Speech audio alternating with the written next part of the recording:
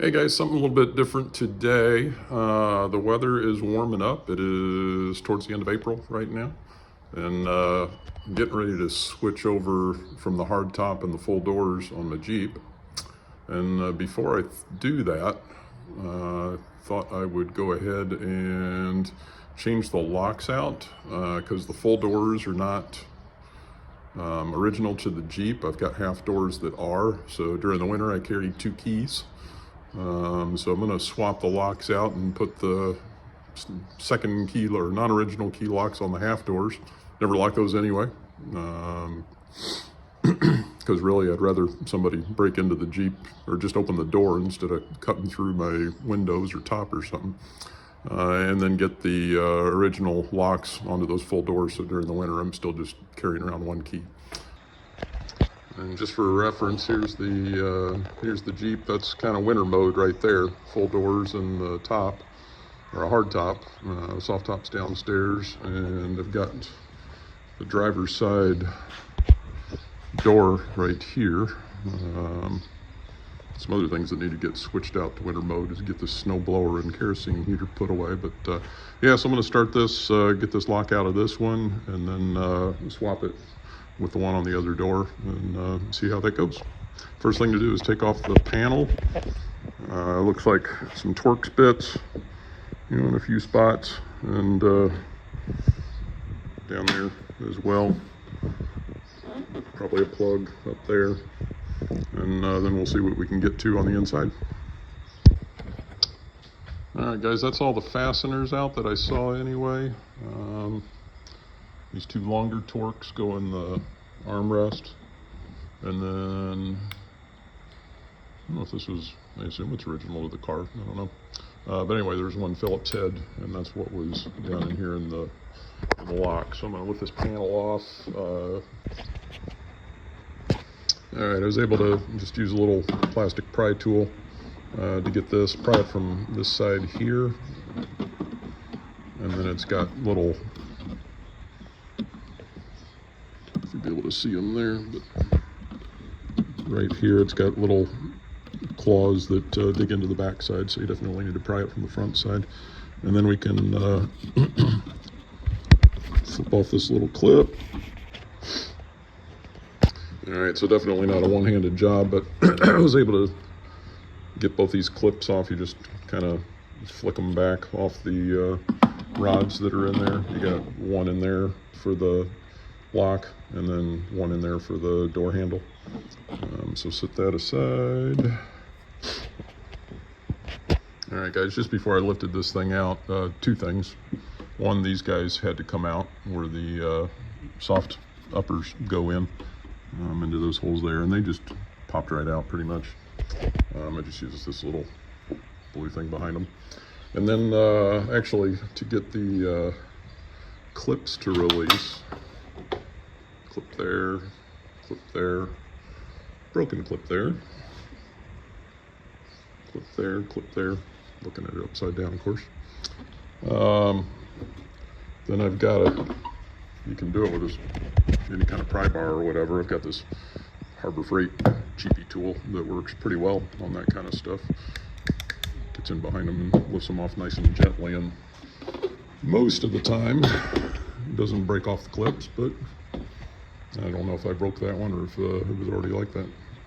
So anyway, that's door panel, setting that aside now. And then our lock assembly is right there. So you can see there's another one of the little clips to come off that. There's a spring clip down here. And then we'll see if I'm pulling out a lock assembly and see if it's able to be swapped with the one in the full door, if they're the same or not. Guys, what I did with this clip was first I just sprayed it with a little penetrating oil just so it would slide a little bit easier, and then I just kind of lodged my screwdriver between the lip there and that cutout edge, and just popped it along the sides there, Nice sharp little pops with the palm of my hand there, and was able to get that clip loose.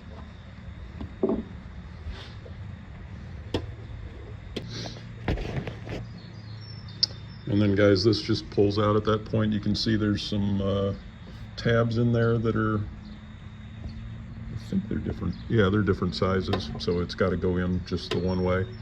But I just put the screwdriver again behind those tabs and kind of a little pop, because it's, you know, it's been on there since '97, I suppose. And then that came out the front pretty nice and easy there. So there's our lock cylinder.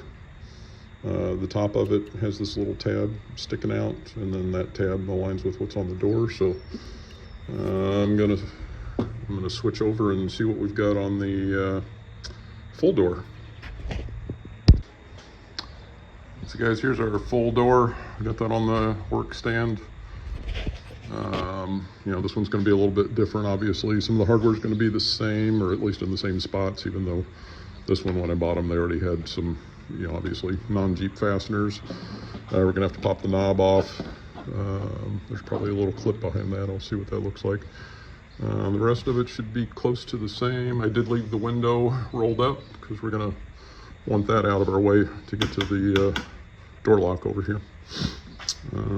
So I'm going to go ahead and pop the panel off.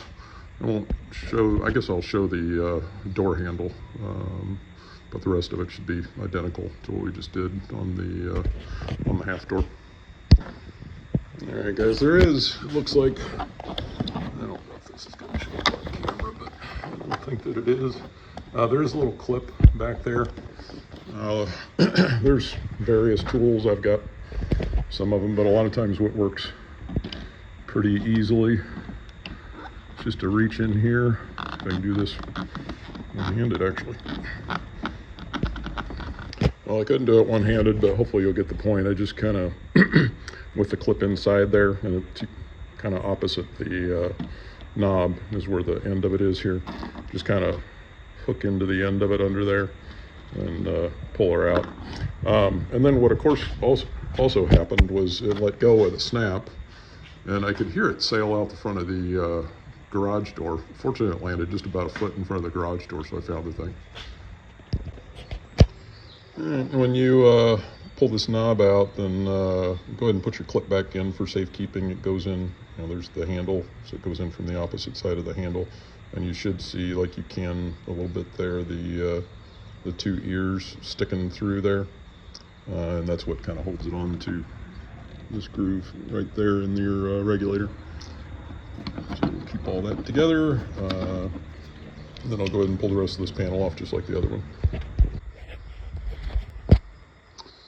All right, guys, here's the door panel off, and you can see we got this bracket for the armrest there, and which is gonna be in my way, I think, more than I want it to be, so I'm gonna go ahead and take that off. It looks like it is, yeah, it looks like these raised portion back here, that goes to the rear. I'm going to go ahead and just take a marker and mark top on there anyway, just so I make sure I put it back on correctly. And it's going to be tough to see, but there's the lock cylinder right there, and it looks identical. I won't know for sure till I take it out and make sure the links are the same, but it looks like there's just a little arm on it that extends out a little bit to make up for the thicker full door that has the window in it. And I'm sorry that's blurry. It doesn't want to focus on the one spot, looks like.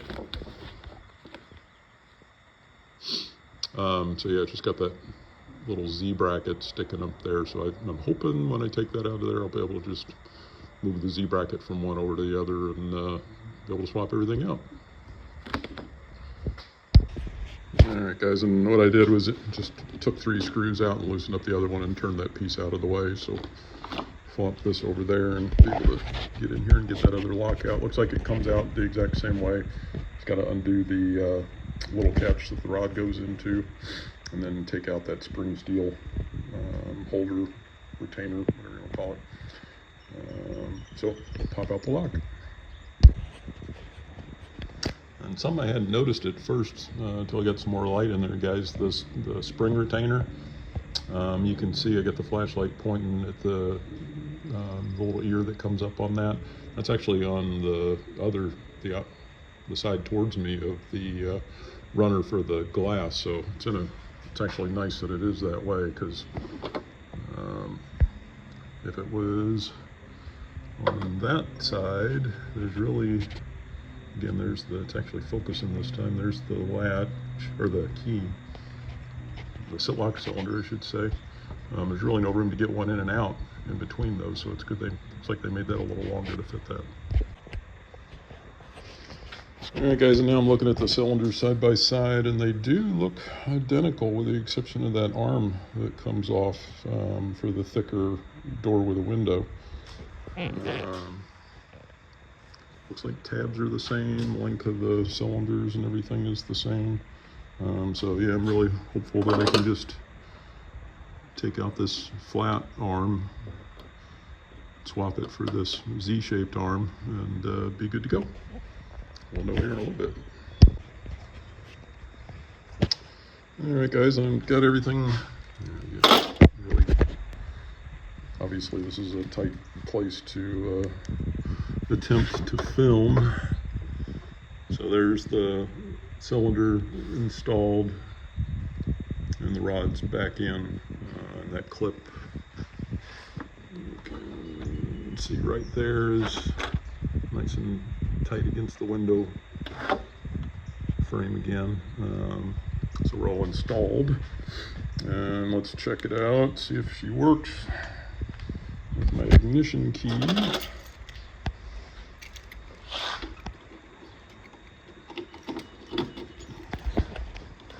And it certainly should, and it does. All right, happy with that.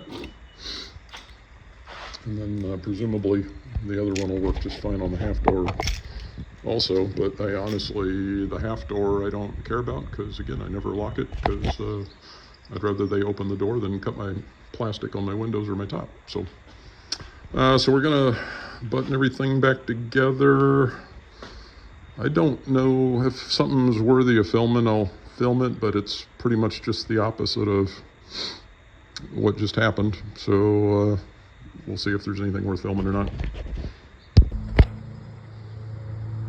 All right, guys, we're on the Jeep here.